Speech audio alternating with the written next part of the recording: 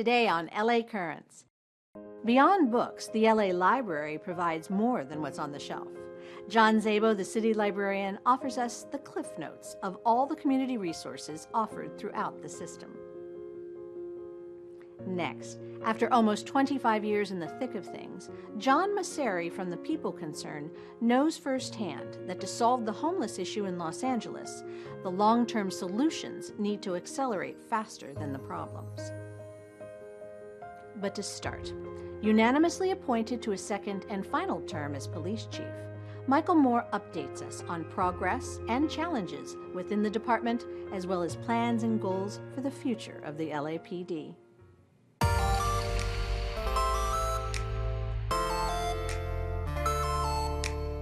On January 31st, the LA Police Commission unanimously voted to reappoint Chief Michael Moore to his second term, and I'm delighted to welcome him into the studio today to talk all about everything. So good to have you here. It's great to be here. Thank you. Okay, so you've been appointed to a second term, but I actually have to say your first term doesn't end for a while. That's true. The first term ends on the 26th of June, and there'll be a re-swearing in, if you will, for that second term, second and final term. Okay, well, 5 years goes pretty darn quick. I'm encouraged as we exit the pandemic. I'm particularly encouraged because we're beginning to see our society go back to some of its norms and some of the rituals, some of the things that keep us together as a species. We're a herd group, meaning that we don't work well by ourselves. And as we're coming out of this pandemic, we're seeing the results of that with lowering of violent crime, fewer shooting victims, less homicides, lives that are being saved. We're seeing re-engagement with our communities, opportunities for us to attend town halls. I have one after this. I'm encouraged that the trust in this department has increased. Trust that we're doing the right things, that we can be relied upon. And while we still have areas of which to improve, there's more work to be done, and let's get to it.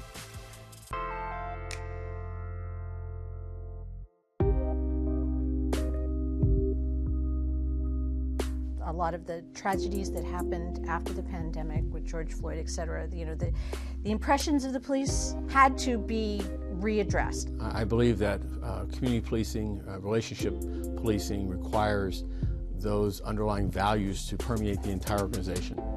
And that every position within an organization is there to build public trust and confidence that our work matters and it's purposeful, that it's going out to protect the communities and to serve the communities. The interplay with the department is really the glue that comes to a community and says, I know that you've distrusted not just the police, but there's a mistrust of government. We have failed you, the police and others, on so many different fronts.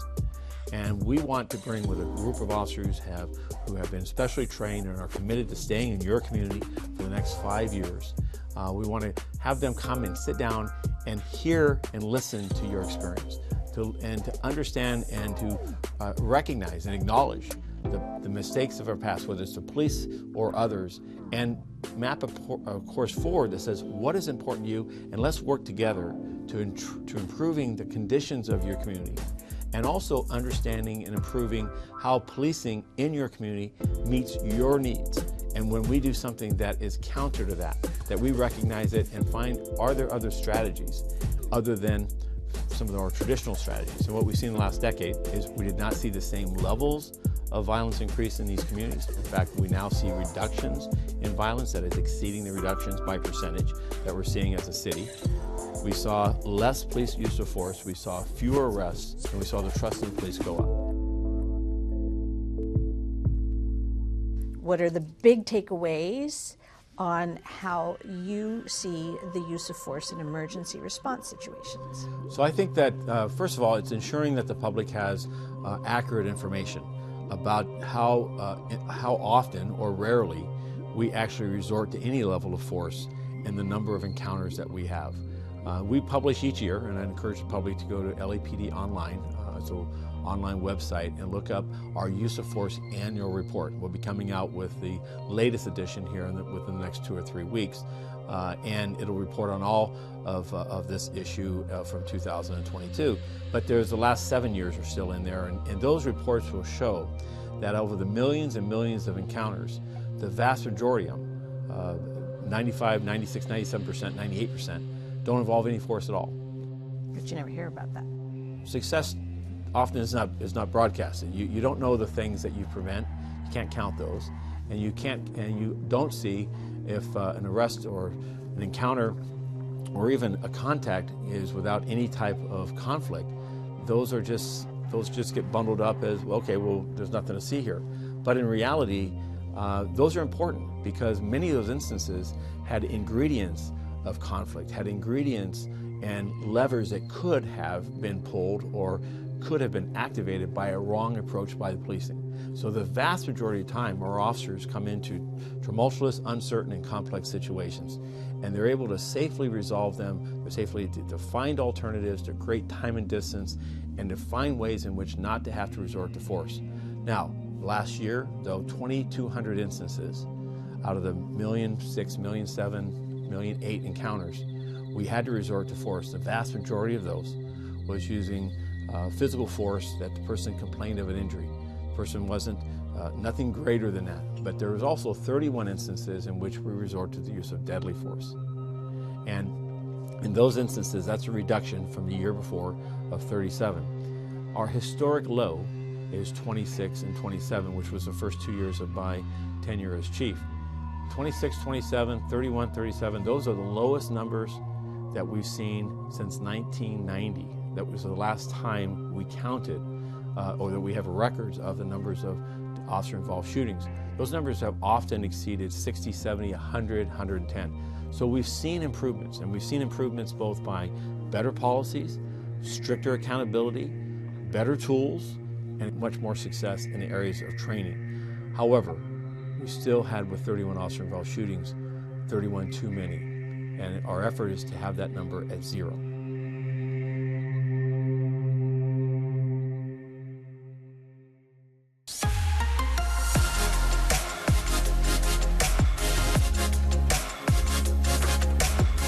You have this balance that you need to maintain between recruitment and also making sure that the mental health capacity and capability of your officers is sound, and that you can determine what kind of chinks in the army before you actually put a badge on them. We need to hire hundreds and hundreds of personnel in the aftermath of this pandemic and in the attrition of our workforce. And in this market, that's an uphill battle.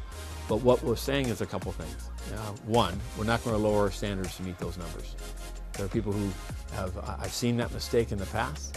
I've seen agencies that today are adjusting standards per se so that they can meet their numbers. And we're not going to do that, because every time that has ever happened, 5 to 7 years later, you get an echo effect of an organizational failure that costs you many more than just going without. So we're going to only hire those that are qualified, period. Now, we are going to look and ensure that the qualifications are relevant. And what I mean by that is something as simple as cannabis. When I came on the organization, there was gas lamps and Model Ts, but 1981.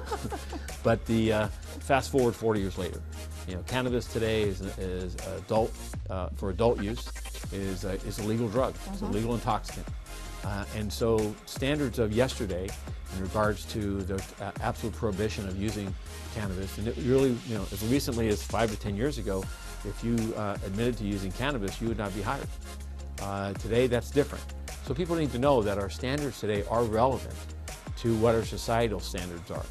But they also must know that the use, for instance, of cannabis, like alcohol, if there's evidence of abuse, of misuse, then that is not a person that's suitable for this job, for the privilege of wearing this badge. But we make those adjustments because we want to live within the norms of society. We also recognize that, for instance, on the financial side, we've gone through a terrible period with the pandemic. And people may have fallen back on a payment or on rent or some other obligation. And so they come in with a checkered credit history. Well, that's not an automatic disqualifier. We're adjusting and looking at the whole person and recognizing their life circumstances. And as long as they can act and demonstrate a responsibility to their financial obligations and understand the means of living within their means, we want to invest in that person who wants to invest in this profession and be a part of this department. So background standards are relevant to today. They are still stringent. We look to the emotional intelligence, the integrity, to not be about them, but be a life of service. Policing is not about enemies. Policing is about service and protecting people from those that would prey upon others. The city of Los Angeles is a safer city when all Angelenos are working together for just that goal.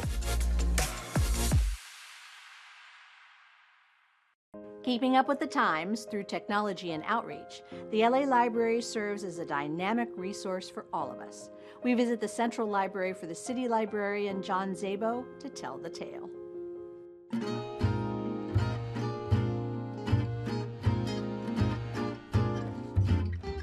Well, it is the third largest public library in the United States in terms of books and periodicals, but it is so much more. And I am delighted to be joined today by the city librarian for Los Angeles, John Szabo. So nice to have you here. It's so wonderful to be here. Thank you for coming to the library.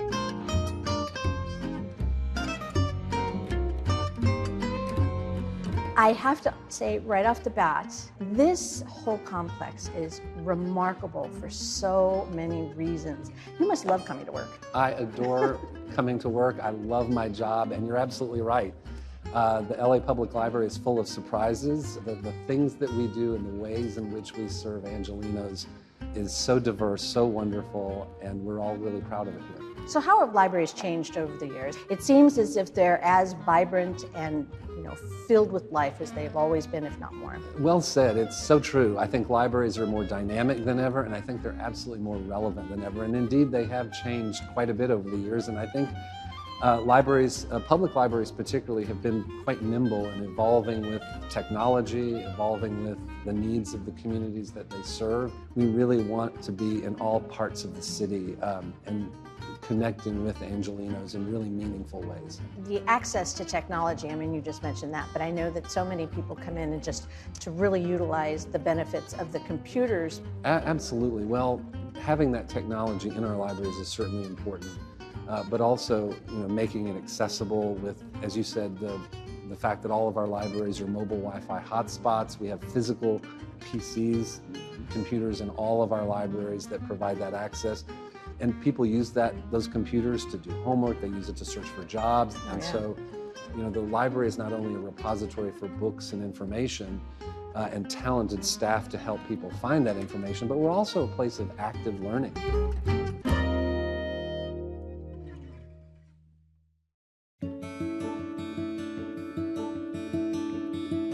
So this particular magical environment that we're in is obviously celebrating 150 years. Yes.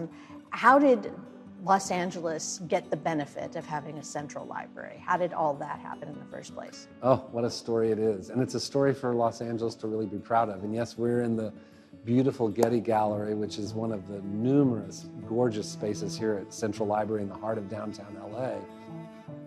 This exhibit is particularly special because it celebrates 150 years of history of this institution. And there aren't many things in LA that can say they've been around for 150 years. So the fact that we've been around since 1872 is really special. But this Central Library is wonderful in so many ways, but it's survived a lot. It survived the Depression. It survived the fire in 1986. It has survived some efforts some people had the idea to knock this gorgeous, beautiful building that was built in 1926 to knock it down. Thank heavens, smarter minds prevailed and it was preserved and added on to after that fire. But from 1872, when the library was founded, to 1926, our library had about 6 different homes. Everyone knew we needed a big central library. Bertram Goodhue was brought aboard to design this amazing building, and it has so many wonderful Egyptian revival elements, Art Deco elements with our mosaic pyramid and our sphinxes, and it's a really fabulous building. And the wonderful thing about being city librarian and the leader of this institution is that people in this city adore Central Library. They love this building, they love to be in this space, they love to bring visitors from out of town into this space, and the Central Library is about discovery. You could have been here 50 times and you come on your 51st visit and you will absolutely find something, see something, a piece of public art, a collection, an exhibit, something that you've not seen before. And that's really special. And you must, when you come in, look up. Always. What? These ceilings? I do. And I've worked here a while and I'm very familiar with this building, but I often will find a different vantage point, a point of view of a ceiling, a chandelier, a mural, just a space that I've not noticed before, and I think, oh my goodness, this is so spectacular. Obviously, this complex is remarkable, but there are 72 other branches that you are also part of. Our libraries are all different. They serve their communities in very different ways. They all have a history in and of themselves about how they became part of the LA Public Library. Some were built by the LA Public Library as a branch that was needed in a community that had not been served before or had not had a branch. Others became part of the system because the city brought in an incorporated community like Eagle Rock or Hollywood, other incorporated areas of the city. But the thing that I love about our branches is that they all are different. They're architecturally different, the collections in them are different, and we also want to make certain that we're collecting books and providing programming and having staff who speak the languages that our diverse communities speak, and making certain that our collections reflect the communities that they serve. That's really, really important to us. So access to all of this great stuff. I mean, obviously there are the tactile buildings that you can go into and you can, wander and learn and have a good time with. But, you can also access the library's offerings sitting at home these days. You can. No public library in North America circulates more e-content than the LA Public Library. Really? LA is a city of readers, and we believe in really offering a tremendous selection, a very deep collection of online resources. Some of the greatest libraries on the planet have the rare collection, those things that people will travel many, many miles to actually have opportunities to see. Do we have that sort of opportunity here in Los Angeles? Oh my heavens, do we ever. We have a collection of about 35,000 rare book volumes. We also have one of the largest photographic collections in the Western U.S. with over 3.4 million images. And we also have a digitization lab here at Central Library where we're digitizing those images of things like our photographic collection, our menu collection. That digital portal is called Tessa, T-E-S-S-A, named after a former city librarian, one of my predecessors. But people can discover all of that content through that digital portal, whether you're here in Los Angeles or anywhere in the world. And do you have to be a student or a scholar or somebody who has a certain amount in order to access those photos, those menus? Anyone can access Tessa anywhere in the world. And that's the beauty of the public library, is that you don't have to have scholar credentials in order to see that content. Since you have this, this wonderland that you get to come to every day, is there a wonderland. Is there a place when, you just need to relax, you just need to ponder, that you go to in this building that kind of gives you that, okay, I'm all right now? One of the areas is the fiction collection, which is named after Judith Krantz, a wonderful romance writer, novelist. The thing that I love about it is that it is in our fiction and literature department, which is a fabulous department. It has just one of the best fiction collections anywhere in the U.S. But there is a bridge that spans the Tom Bradley atrium, and it crosses the atrium into another room that houses our fiction collection. And the room is not architecturally special particularly, but it is just this removed space. So that's one. Our rare books room is certainly another. Another favorite space is the picture book room in our children's department, and just the rotunda with that magnificent chandelier that has hung there since 1926. But there are so many spaces like that in this building. Okay, so if people want to come enjoy the space, whether it be here, whether it be in the 72 branches, how do they get in touch? The place to go is lapl.org, which is our website. It has a pathway to all of those wonderful things. And also, I would encourage your viewers to follow us on social media. We're on all social media platforms, and we have a great social media presence. So that's a great way as well. Well, thank you, John. This has been so much fun. Thank you so much. And I hope everyone comes to the LA Public Library.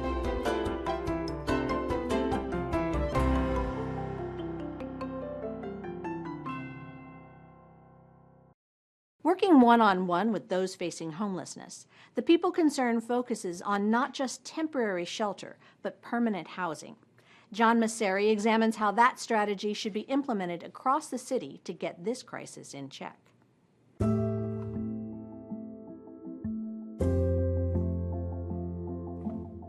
Over 60 years of tackling tough issues and transforming lives.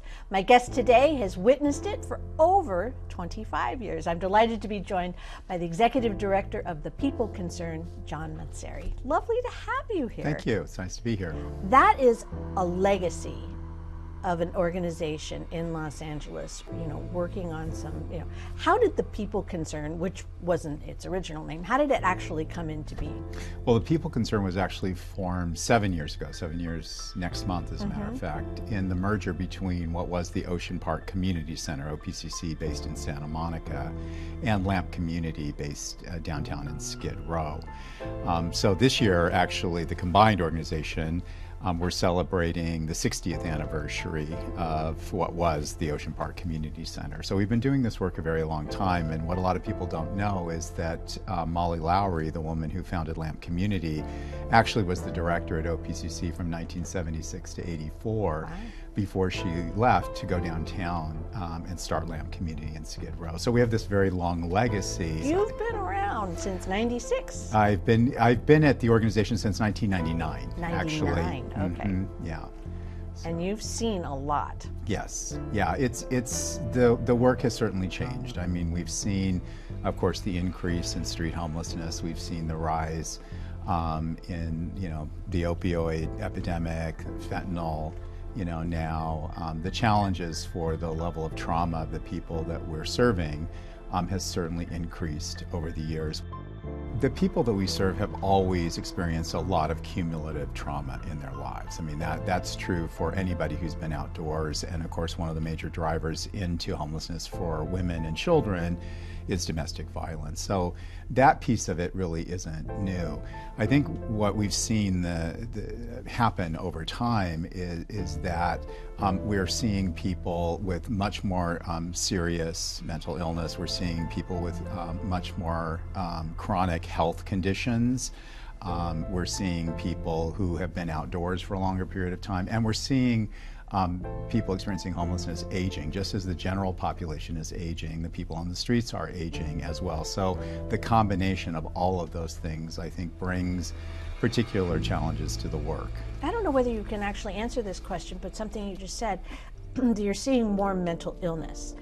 Is the mental illness drug related? Mental illness is usually a chemical imbalance in the brain. So that said, we know that a lot of people with mental illness also self-medicate. So you said earlier, people will use drugs or alcohol, and the proliferation of very highly addictive and cheap street drugs is available to folks on the street. And so if someone is experiencing schizophrenia, for instance, may use drugs or alcohol to modify their symptoms. The challenge is that when people sober up, the symptoms come back, and they usually come back with a vengeance. And so it becomes this sort of vicious cycle, as it were.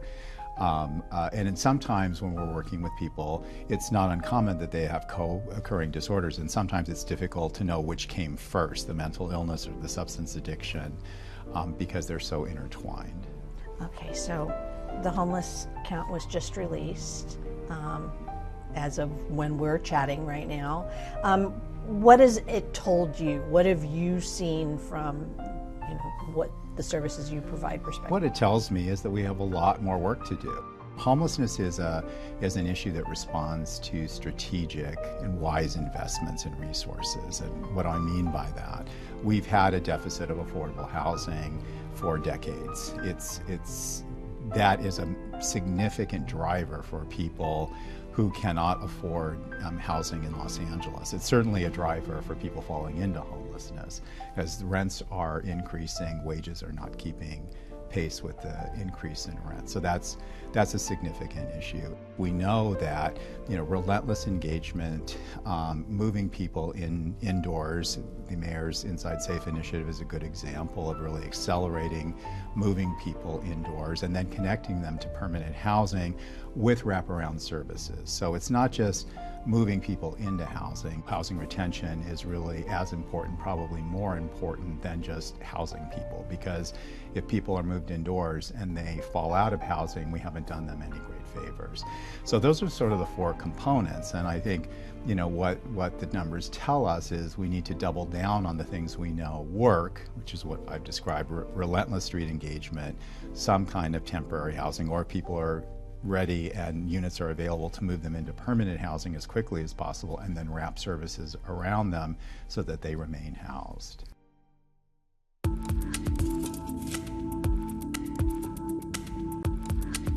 My primary criticism of our current system is that we don't, we spend a lot of time focusing on sort of the temporary intervention, which is fine because we want to eliminate human suffering as quickly as possible, but we also at the same time, so it's not either or, either you do this or you do that, it's and both. We need to find be building the capacity on the back end to be able to house people permanently.